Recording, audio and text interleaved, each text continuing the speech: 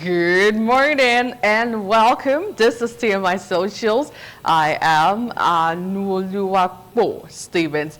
Or better still call me a social media butterfly. Now, interestingly, it's a Thursday morning, and this morning we get to begin with a throwback clip featuring former presidential aide Reno Omokri. Now, in which he actually did say that he will never work with President Bola Tinubu. The video has gone viral, leading to a flurry of discussions on social media.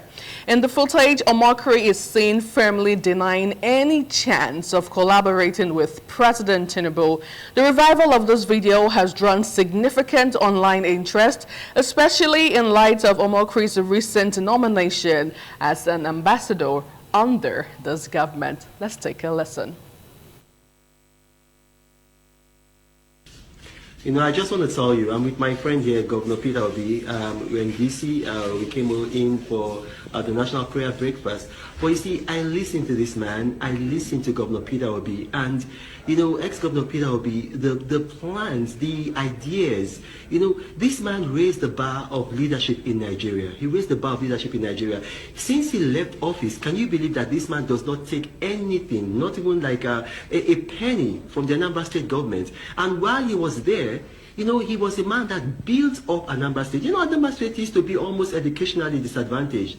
And then in less than 2 years, he brought them to be #1. He left that state with a reserve. Look, you know, we need people like this. I'm so proud of Governor Obi. I listened to him today and, you know, I was taught, like, do we have fellows like this in Nigeria? I'm very proud of this man.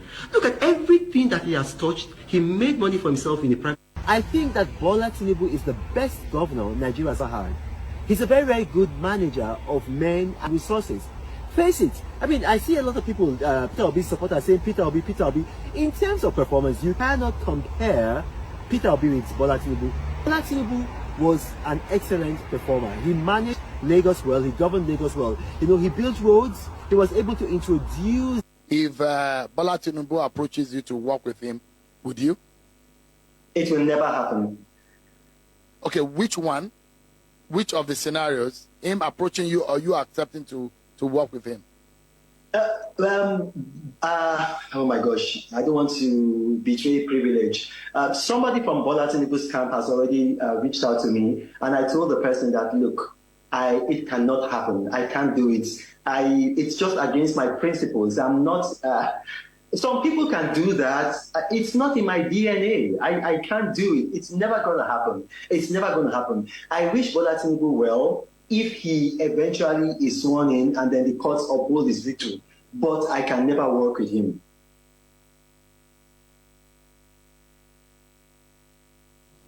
Well, there you have it loud and clear. Him saying he can never work with Tinubu. Interestingly, he has gotten an ambassadorship position in Tinubu's government. Let's see tweets to see what social media users have been reacting to and saying regarding this story. We begin with this user who wrote, "Make nobody deceive you. Everybody, they fight for their pockets." That's sober on Instagram. Still on Instagram, this user says, "What a man. I felt FFK was the worst anywhere below face, but Renault 13 Pro Max has no dignity." Another user still online says his DNA later changed. He's so sorry, guys. I mean, you can't blame him. Away from that, moving over to my second story would be our former president, Muhammadu Buhari. Now, he came out to say that when he left office in 2023, he left with the same fiscal assets he possessed before his presidency in 2015. He emphasized that leadership should prioritize citizens' welfare over personal gain. Buhari made these remarks during a meeting with governors elected under the All Progressive Congress APC at his residence in Kaduna State. Now, a lot of users online have been reacting to this one. Let's move over to tweets to see what you are saying regarding the story. This user wrote on X, "If you didn't get any material enrichment after 8 years of presidency, what actually motivated you to contest severally? I asked this because you didn't do or achieve anything within your 8 years, sir? I'm confused. Another user says something else. I think by now, former President Buhari should know we are no longer interested in his tales by moonlight. Whether you left with the same fiscal asset or not, you failed woefully in governance. Moralo is saying that on X.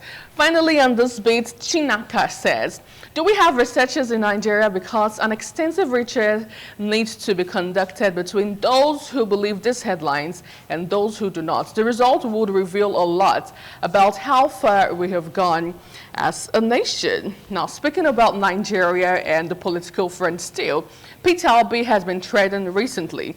Now, this time around, the Labour Party's presidential candidate in the 2023 election has expressed deep concern over Nigeria's current state, describing it as collapsing. While speaking at the party's National Executive Council meeting in Abuja, Obi highlighted the increasing poverty levels and widespread hardship among Nigerians. He urged opposition members to speak out against bad governance, stating, we must speak when things are wrong. If we have reactions regarding that story, let's move over to tweets to see what you said on this one. Oliver Price says, Nigerians are suffering, malls are empty, supermarkets are not restocking, cars are few on the roads, people are going through hell. Most people buy fuel now and park their cars in case of any emergency. Now, this user also went ahead to say it's not even a thing of convenience again. Nigerians are dying in silence. Another user says, coming from someone that couldn't defend his vote, what are your plans in defending your vote come 2027? Nobody get time to waste the votes again. Now, moving over to other tweets. On this story, this user says, the rate at which Nigerians are scared of saving their country is sad. Now, finally, on this story, we have our final reaction from this one who says, this statement would have been helpful immediately after the 2023 general election.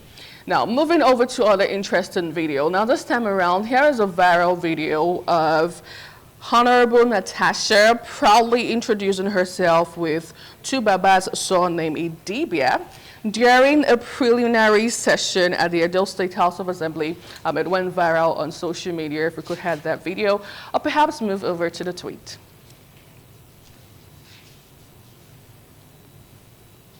Well, this user says, love it or not, that's a power move. And then another user also wrote, this one don't enter Idibia family, nothing unafidu. All right, anyway, that's how we get to wrap up TMI Socials this morning. Thank you so much for being a part of TMI Socials today. Truly appreciate. We'll do this again next week, even bigger and better. My name is Anulwakwa Stevens. And from all of us on This Morning on ITV, do have yourself a blessed day and a great weekend ahead.